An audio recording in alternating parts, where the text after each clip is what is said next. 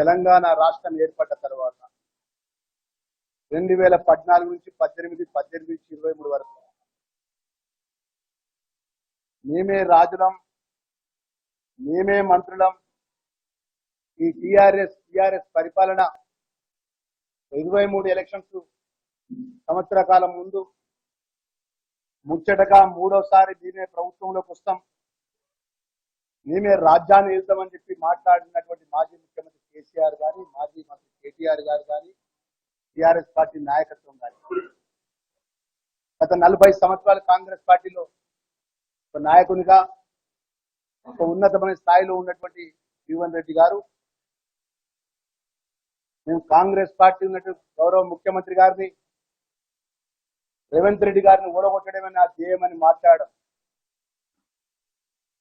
అత్యంత బాధాకరం. ఆ రోజు మన ప్రతిపక్షంలో ఉన్న రోజు ఈ రాష్ట్రంలో టిఆర్ఎస్ పార్టీ అధికారంలో ఉన్నప్పుడు ఈ కేసీఆర్ని తట్టుకునే మొగోడు ఈ రాష్ట్రంలో ఎవరు లేరు. మరి కాంగ్రెస్ పార్టీలో ఒక రేవంత్ రెడ్డి ఒక తట్టుకోగలుగుతాడు. ఈ రేవంత్ రెడ్డి గారు ఒక పిసిసి అధ్యక్షులైతే పార్టీ ప్రతిపక్ష పరంగా అప్పుడు అధికారంలో ఉన్న టిఆర్ఎస్ పార్టీ ఆగడాలు కానీ అరాచకాలు కానీ తట్టుకోగలుగుతామన్నటువంటి ఉద్దేశంతో ఈ రాష్ట్రంలో ఉన్నటువంటి కాంగ్రెస్ పార్టీ నాయకత్వం గ్రామ స్థాయి నుంచి మొదలు పెడితే రాష్ట్ర స్థాయి వరకు పిసిసి అధ్యక్షుడిగా రేవంత్ రెడ్డి ఉండాలని కోరుకున్న సందర్భంలో ఎన్ని కష్టాలైనా ఎన్ని ఇబ్బందులైనా అత్యంత కఠినమైనటువంటి తెన్వాడలో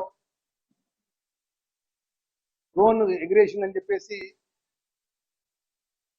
సుమారు నెలల కొద్ది జైల్లో పెట్టి ఇబ్బందుల పాలు చేసి కొంత బిడ్డ పెళ్ళైన బిడ్డ పెళ్లి కూడా పోకుండా కేసీఆర్ కానీ కేటీఆర్ కానీ టిఆర్ఎస్ పార్టీ ప్రభుత్వం ఆ రోజు ఎవరు ఎదురు తిరిగినా కూడా తెల్లారే 4 గంటలకు వచ్చి అరెస్ట్ చేసి ఆ టిఆర్ఎస్ పార్టీ మంత్రి పోయేంత వరకు పోలీసు వాళ్ళని అడ్డం పెట్టుకొని రాజ్యాన్ని వెళ్ళి రాష్ట్రాన్ని అప్పుల పాలు చేసి ఆర్థికంగా రాష్ట్రాన్ని దివాలా తీసి ఈ రాష్ట్రంలో 1వ తారీఖు వస్తే జీతాలు ఇవ్వలేని పరిస్థితి తీసుకొచ్చి 2014 మేనిఫెస్టోలో ఏం మాట్లాడండి, ఇదే మాజీ మంత్రి కేసీఆర్, ఇదే కేటీఆర్, ఇదే హరీష్ రావు, ఈ రాష్ట్రానికి మేము అధికారంలోకి వస్తే తెలంగాణ రాష్ట్ర తొలి ముఖ్యమంత్రిని దళితుని చేస్తాను మాట్లాడాడు.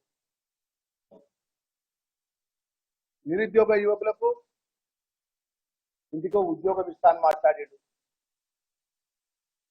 ఈ ప్రాంత సంబంధించిన రైతాంగానికి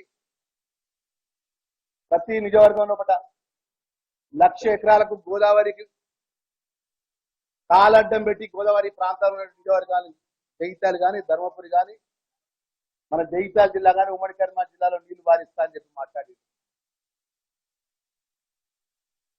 దళితులకు 3 ఎకరాల భూమి ఇస్తా అని మాట్లాడాడు. మన ప్రాంతం సస్యశ్యామలం చేస్తా అని మాట్లాడాడు.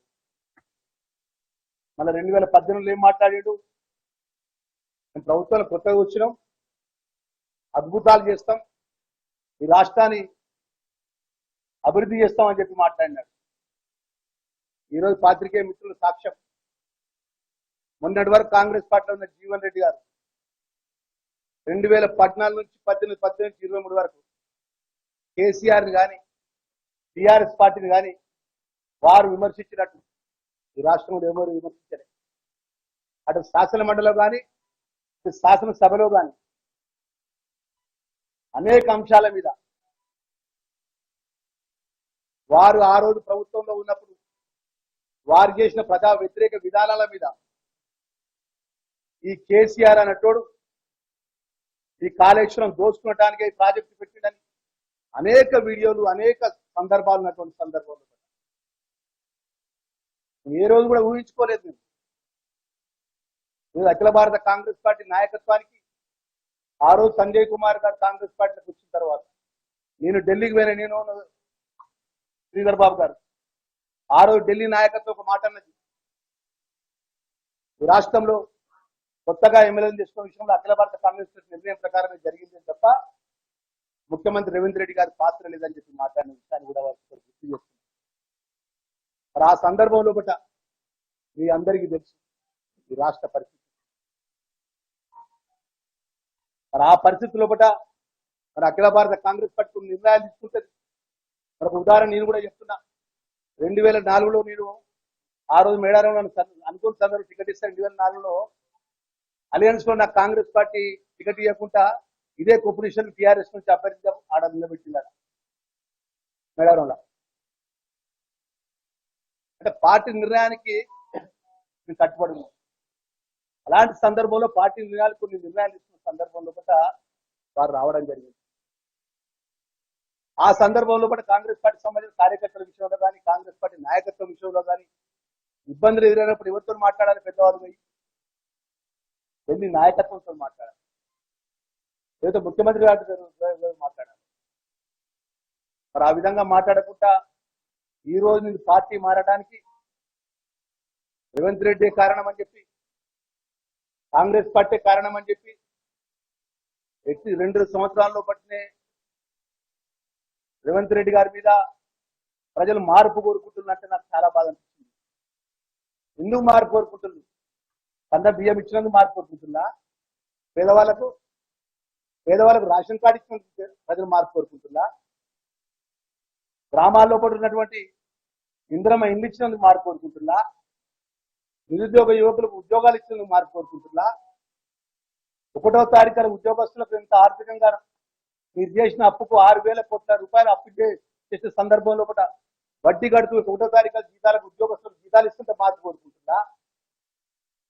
ఈరోజు ప్రతి ఉద్యోగంలో ఇంటిగ్రేటెడ్ 200 కోట్ల రూపాయలతో ఎస్సీ ఎస్టీ బీసీ పిల్లలకు గొప్పగా ఎడ్యుకేషన్ ఇవ్వాలని చెప్పి నిర్ణయం చేసుకుంటే మార్పు కోరుకుంటుందా?